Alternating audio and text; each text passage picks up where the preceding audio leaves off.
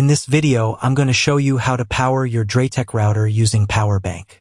Start by checking the power requirements for your router, which you can typically find on a label located on the back or bottom of the device.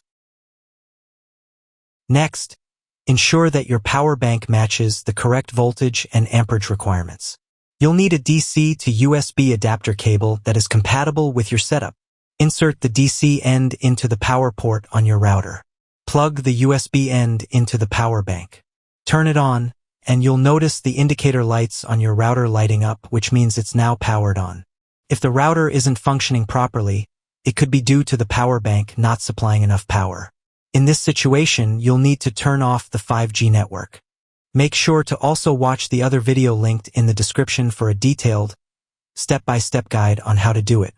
If you found this video useful, please give it a thumbs up, subscribe to our channel, and share your thoughts in the comments.